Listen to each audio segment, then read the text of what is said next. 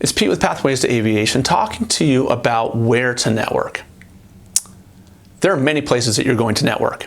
There are many different situations or reasons for having conversations throughout your life. Every day, whether it's a surprise or it's scheduled, there will be many, many networking opportunities. So always be prepared is probably the best advice. Always be prepared. And that starts with your elevator pitch. And the elevator pitch is really effective when you know your audience and you know your objective.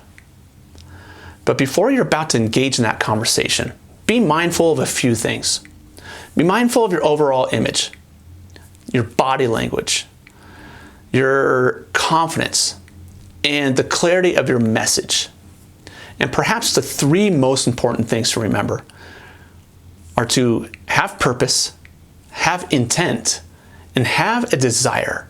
Without those three things, it's going to be really hard to convey your message in a confident, authentic, and appealing way.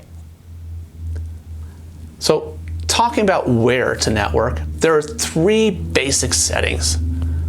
There's the social setting, there's the more organized networking setting, and then the job interviews. So to break those down real quickly, the social setting, on campus, in lines at like ball games or the grocery store or your coffee shop. How about at weddings and birthdays? Events with family and friends. These are all opportunities for you to engage in networking opportunities. Remember, networking isn't just for your career, it's professionally and it's casually, it's socially. Those social events or situations, it's great practice. It's a great opportunity for you to practice your delivery, practice your message, practice your elevator pitch. And you never know who you're going to meet. You might meet somebody who's going to open a door or come back to you and say, wow, tell me more about this. So it's always important to be ready, be prepared, and have your elevator pitches somewhat prepared. And the best way to do that is through practice. Practice, practice, practice. In front of a mirror, video camera, sound recorder, you name it, just practice. Practice with your friends. The next setting was the more organized and orchestrated networking function. And these happen all over the place. If you're a college student or a high school student, how about the clubs and organizations with which you belong? The school's career events, and same go for any industry career events. How about your campus office, the career office events, or the employers that they bring in, not necessarily in career fair situations, but they bring employers on campus all the time to meet with students. Those are great opportunities. If you're out and about in the community, think about attending Chamber of Commerce events, so any kind of business-oriented organization events. How about community events like Young Professionals Networks or nonprofit volunteerism? And when you're thinking about more aviation-guided organizations, look for organizations, especially membership associations, which are looking to benefit the industry. And their members are looking to benefit not only their own career advancement, but the companies with which they represent. And they are part of these organizations because they want to see the aviation industry thrive, just like we do. So great events that you can be participating within the industry. How about air shows? How about going to airport events and their open houses? How about industry like webinars and meetings? A lot of them are free right now. Take advantage of those. Go to the virtual webinar, connect with the presenters, and that's a great way to start that networking experience. We host big week-long aviation career conferences and workshops. Take advantage of those. And then there's always LinkedIn. What do they say about salespeople? ABC, always be closing. Well, in this realm, always be networking. Network everywhere. Going back to one of those three tips, I mentioned to have intent. So be intentional. For example, if you want to become a pilot, go meet a pilot. If you want to work in air traffic control, well, go meet FAA leaders and other air traffic controllers. If you want to be a mechanic, an engineer, go meet mechanics and engineers. If you want to be in accounting, sales, marketing, go meet those people. Be intentional. Go after them. If you're passive, that just means that somebody else is going to beat you to the punch.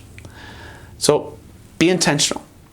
Now, with that, it might help for you to create a list of aviation industry organizations which have these membership associations where leaders are trying to improve their companies themselves in the overall industry. Make a list. They include organizations like AOPA. How about Women in Aviation, EAA, Civil Air Patrol, ISTAT, ATEC, the National Business Aviation Association. These are just a handful of incredible organizations with which you can target to meet incredible leaders in the aviation industry. Take advantage of that. They all have websites. So go to their websites and find their membership page. See what it takes, the benefits that you can receive as a member. Tip, don't let membership fees be a barrier to you joining as a member or getting involved with that organization. Always inquire for more information. They're always looking for new members, especially students and those who are entering into the industry for the first time. They love bringing new people in. They'll find a way to scholarship you, or we will, but don't let that be a barrier. That's the biggest mistake you can make, is to back off if that membership fee is just a bit out of your range. Find their events, their conferences, their webinars, their meetings. RSVP for the ones that you find of interest, right? I RSVP to most of these so that I can meet the leaders. How about connecting? You find the leaders on these websites, find those leaders and connect with them through LinkedIn. Just send them a message. Always a specific message saying, hey, I know that I see that you're a member of XYZ organization. I would love to learn more because I'm very interested in joining. Can you tell me more?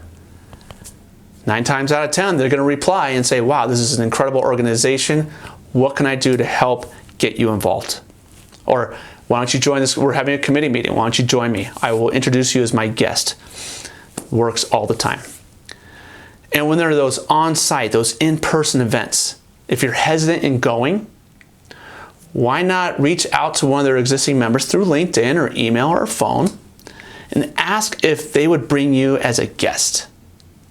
Again, the event might be free for you because you're a guest, but that person might introduce you to a handful of people who can get you comfortable with networking at that specific event. Plus, you also get to know that person better, and it's quite likely you will meet after the event to exchange information, tips, do a review of that networking event. So ask a member to take you. Very few people do it, and members love taking new people into their organizations. Give it a try. If you want a career in aviation bad enough, just take action. There's always a way, there's always an event, there's always an opportunity to network. And when you network, you're engaging in meaningful and productive conversation, and then you're building strong relationships. And those conversations, those relationships will open doors of awesomeness for you, whether it's a brand new job or your first job, career advancement, or taking your company that you're representing to a brand new level. I'm Pete with Pathways to Aviation. We believe that networking is an incredible way to land great jobs. Start your networking experience now.